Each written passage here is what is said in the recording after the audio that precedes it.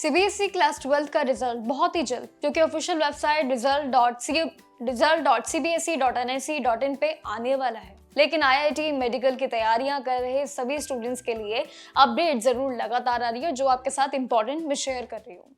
देखिए, सिर्फ 12वीं पास होना काफी नहीं है, क्योंकि जेई और नीट जैसे बड़े बड़े एग्जाम्स के लेवल पे जाने के लिए और बैठने के लिए मार्क्स का एक फिक्स क्राइटेरिया होता है, एक अलग से गणित होता है।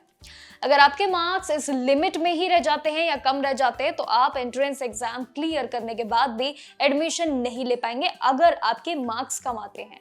इसलिए रिजल्ट चेक करते वक्त आपको अपने टोटल परसेंटेज पे भी खास ध्यान रखना होगा आगे की प्रिपरेशन लेवल के लिए। जैसे कि जेईई मेन के लिए 75% और साथ ही पंगा इसमें बड़ा अलग अलग है। जैसे कि इंजीनियरिंग के लिए सपना जो सभी देखते हैं स्टूडेंट्स, उनके लिए जेईई मेन 2026 के एलिजिबिलिटी रूल्स काफी स्ट्रिक्ट हैं, काफी अलग है। जनरल कैटेगरी के लिए सभी स्टूडेंट्स के लिए 12वीं बोर्ड में कम से कम 75% मार्क्स लेना अनिवार्य है। फिर उन्हें अपने बोर्ड की टॉप 20 परसेंटाइल में आना भी जरूरी है।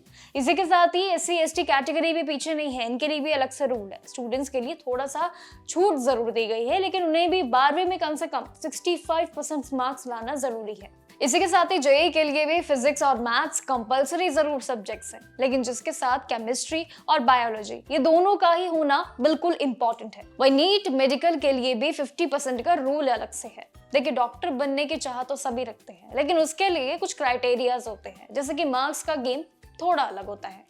नीट 2020 में शामिल होने के लिए जनरल कैटेगरी के सभी उम्मीदवारों के लिए फिजिक्स, केमिस्ट्री एंड बायोलॉजी, जिसे पीसीबी कहा जाता है, इन तीनों ही सब्जेक्ट्स को मिलाकर टोटल 50% यानी कि 50% मार्क लाना अनिवार्य है। इसी के साथ ही रिजर्व कैटेगरी जैसे कि एससी एसटी, इन दोनों के लिए भी लिमिट 40% मार्क्स रखी गई है, यानी कि 40%।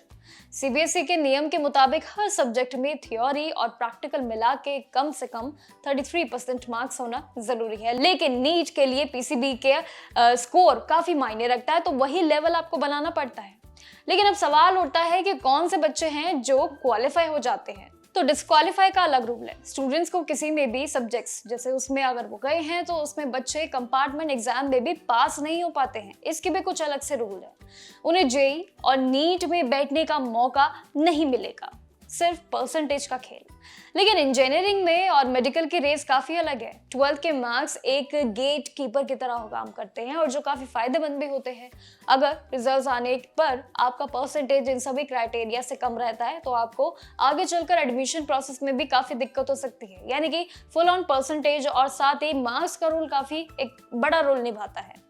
वही स्कोर कार्ड के लिए बात करूं तो यहाँ पर वो इस मैजिक नंबर का यूज जरूर कर सकता है, क्योंकि मैजिक नंबर का क्रॉस जरूर नीट और जेईई में जरूर अपनाया जाता है। लेकिन देखिए, तो गणित काफी अलग है, हर एक चीज का अलग अलग कैलकुलेशन, अलग अलग गणित होता है।